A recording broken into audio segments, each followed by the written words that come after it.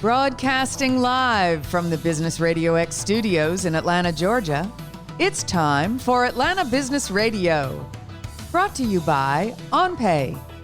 Built in Atlanta, OnPay is the top-rated payroll and HR software anywhere. Get 1 month free at onpay.com. Now, here's your host. Lee Cantor here. We are so proud to be delivering this original interviews with Atlanta business leaders, and we could not be doing this without the support of our sponsor, OnPay. Please support them so we can continue to share these important stories. Today on Atlanta Business Radio, we are so proud to be talking to Brittany Thoms, and she is with an organization called See.Spark.Go. Welcome, Brittany. Thank you so much for having me. I'm so glad to be here. Well, before we get too far into things, tell us about See.Spark.Go. How are you serving folks? Thank you. Well, See.Spark.Go gets we get a lot of questions. How did you come up with that name? So our name is actually our process. See.Spark and Go are phases of work for us, and we help brands tell their story across a lot of different media landscapes, whether it's social media, podcasts, radio interviews like we're doing here today, as well as traditional media and paid advertising. So how'd you get into this line of work? Well, that's a fun story. I graduated from the University of Georgia with a degree in public relations from the Grady School of Journalism. And I started out working for an agency in Atlanta, and we did really big brand work, Motorola, DirecTV, TaylorMade, Adidas. And I tell people I got bit by the big brand bug because you can just do a whole lot and be creative when you have resources, for one, and then just the open doors that big brands allow you to do. But then when I married my husband in 2007, we decided we were really passionate about doing work that mattered and telling stories that matter, telling stories of brands that we love personally and that we could rally behind. And so we started See.Spark.Go thinking, hey, well, this will be a great avenue for us. Well, for me to freelance and my husband to consult. And lo and behold, here we are 12 years later, and we have 4 offices and about 25 team members, and it's growing leaps and bounds, and we get to do exactly that, tell stories that matter. Now, are you still focusing on the big brands? No, well, we do have some, and I still love getting to work with large brands that can localize their story in a way that matters to a local audience.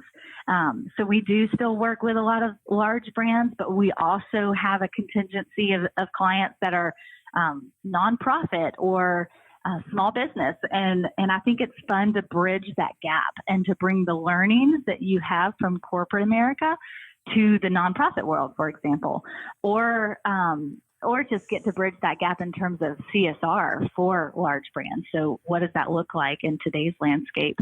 When everybody cares about the cause and making sure that brands have heart, I think that's become a reality for us in today's world and marketing landscape. So we help brands big or small at this point, but we really do focus on work that we love and that we believe matters in the world today. So walk me through the process. Say that I'm a brand out there and I'm thinking about working with your group. Tell me about the See.Spark.Go process. How do you have those initial conversations, and how do you kind of manage my expectations? Absolutely. And I think if you know me or get to know me too much, I live for the go phase. I would love to be execution all the time, fire, ready, aim. But one of the blessings of having a team is that we get to be really strategic before we go to market with any messaging or campaign materials. And so that C phase really is mission critical to the success of any marketing effort. So C phase begins with our team getting to know your brand and your story and what the landscape of your competitors look like, what the messaging is, what's resonating with audiences, and really doing a deep dive to figure out what matters about your story to people emotionally, because we know that that's what's going to move people to action. And it needs to come from a place of authenticity and be really genuine. And our team is great at excavating and finding those gold nuggets, if you will. So we start by interviewing the key stakeholders in your company or your organization, and interviewing some of your clients that have been loyal to your brand. And then that's how we pull together what the messaging is, what's the red thread through all of those interviews that really stands out and is what your sweet spot is. Because, Marty Neumeier says a brand is not what you say it is, it's what others say it is. So we want to start there. And then in the spark phase, we get to be really creative. That's where we develop assets, do some multimedia production, develop the storylines and the editorial calendar that we're going to run off of for the next several months. And we revisit that every quarter, by the way. And then go is where we are pounding the pavement, if you will, telling stories directly to consumers or through the media, through lots of different avenues. Now, during this health crisis that we're all going through, some firms have decided to sit this one out and then just kind of turn back on the machine and maybe their marketing machine when it ends. Since they don't typically ring a bell to tell you when things begin or end in business, do you have any advice for those organizations that have maybe paused their marketing? Yeah, I mean, when COVID-19 hit, it definitely created an all hands on deck scenario for our team, because communications is how we live. I would dare to say everything is public relations and marketing communications. It's how you take your processes and your systems and engineering, and how do you tell people about it? I think that's so important for every brand and organization to get right.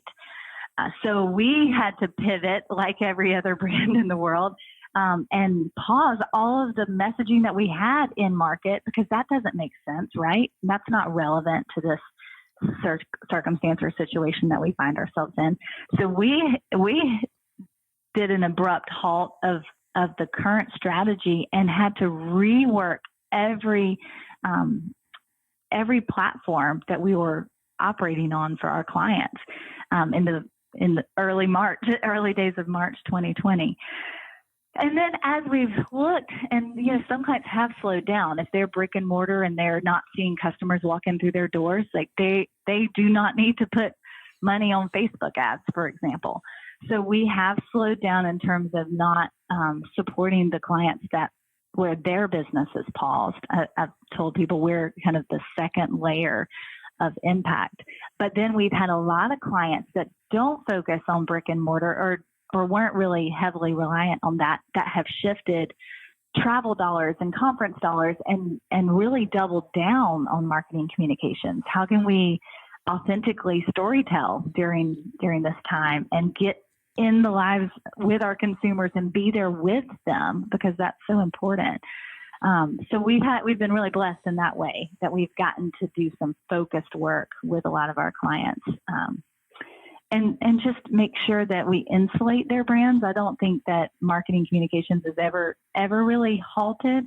In fact, with any of the clients that we did hit pause with, but even if that is financially a major impact, we made the decision that we're still going to serve them, and we're going to survey their industry and stay on top of trends and send them a weekly report of everything that we're seeing in their industry that's happening from a communication standpoint, so that we are ready to go when the world does, quote unquote, turn back on. Now, when you're working with your clients and they're going through a period like this where there's a lot of uncertainty, what are some of the conversations you're having with them to maybe, I know you're sharing the tips and the trends and things like that are happening industry wide, but are you kind of digging in deep in terms of the relationship and just human to human communications and being available to kind of just be a human to each other rather than a business partner?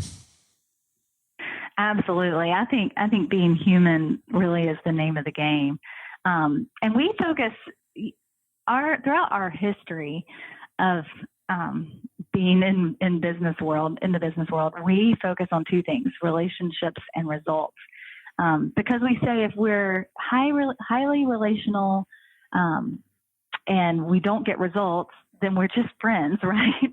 But if we get results and we're awful to work with and it's not an enjoyable experience, then we're transactional. And we don't want to be either of those. So we do want to be highly relational and human with our clients.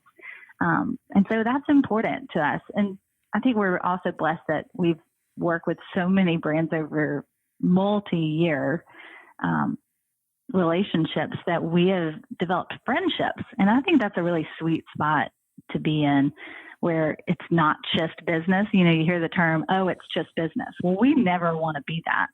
And so I think that, yes, throughout this entire experience, it's really showed us where our true relationships lie and what the value is in having those friendships, being human with one another.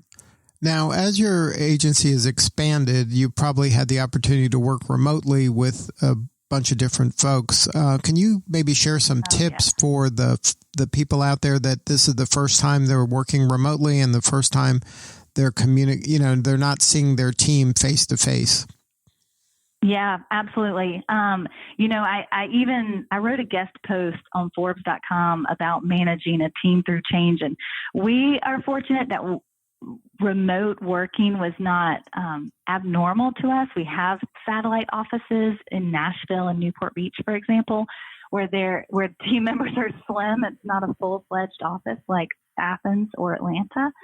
And so we're used to being on Zoom calls for internal meetings as well as client meetings. And then our clients are all over the country, so we're not always in person. So I think a good cadence of video. Now, I know there's been some Zoom burnout that has occurred in this season, but we have team members that sit on Zoom when they're just doing busy work because they want to feel like they're next to one another, or they can bounce ideas or get inspiration, really quickly, as if they were working in an office. So I think that's a really fun tip. But then my husband, he is really the definition of a true leader. He has said this is the time when leaders need to amp up their corporate meetings. I know corporate America, we refer it to death by meeting because we all talk and no action and just you can talk things in circles.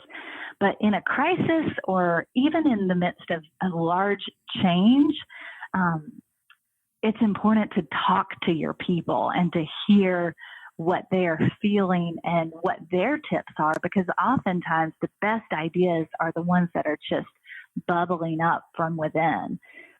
So he has made a really great effort in this season to gather our team every single week, pretty much. We would do all staff meetings on a biweekly cadence. And so we started out in, late March and early April meeting every single week. Sometimes it was even happy hour at 5 p.m. or a breakfast and learn at 8 a.m. coffee hours.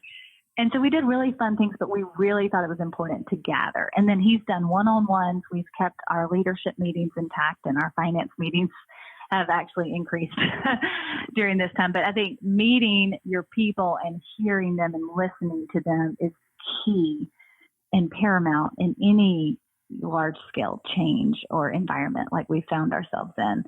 And then we like to surprise and delight, whether that's external or internal. We have a really great client, Thrive Farmers Coffee. We've been serving them and telling their story for a long time. And they sent everybody at See.Spark.Go a bag of True North coffee. And it was so exciting. It was such a, just a small moment of joy. We have a lot of clients actually that have invested in our team that way. I mean, part of that has been being creative and talking about it. Java Joy, which is an extension of Extra Special People here in the Athens area, they will join your Zoom meeting and give you a surprise moment of joy at the beginning. They serve special needs kids as well as adults with special needs. And there was just nothing happier than that one coffee hour where we were joined by Java Joy and started our day off with with some happy dance and moments of inspiration. So I think doing those fun things, listening to people, not taking yourself too seriously during times like this, and then casting vision for where we're going. We've set some really strong goals, and if you don't write your goal down, you're not as likely to complete it. So we plastered it across all of our internal comms sheets and whatnot. So yeah, I think those are some fun tips, and hopefully people can take those and implement them. And then if somebody wanted to learn more about your organization, to have a more substantive conversation, what is the best way to get a hold of you? That would be great. We would love to hear from anyone. We'd love to walk you through our See.Spark.Go phases of work. You can go to See.Spark.Go.com. It's SEESPARKGO.com. Or you can visit us on Instagram or Facebook or LinkedIn, all of which could be found by searching See.Spark.Go. We'd love to hear from you. Well, you said that the go part was your favorite, but I think that the spark part comes across loud and clear in your personality. Thank you. I wouldn't sell that too short. Well, if it's not fun, why do it, right? Exactly. We want to have fun. Well, Brittany, thank you so much for sharing your story today. I appreciate it, Lee. Thank you so much for having me. All right. This is another episode of Atlanta Business Radio. And once again, we could not be doing this work without the support of our sponsor, OnPay. So please support them so we can continue to share these important stories. This is Lee Cantor. We will see you all next time on Atlanta Business Radio. Today's episode of Atlanta Business Radio is brought to you by OnPay. Built in Atlanta, OnPay is the top-rated payroll and HR software anywhere. Get 1 month free at onpay.com.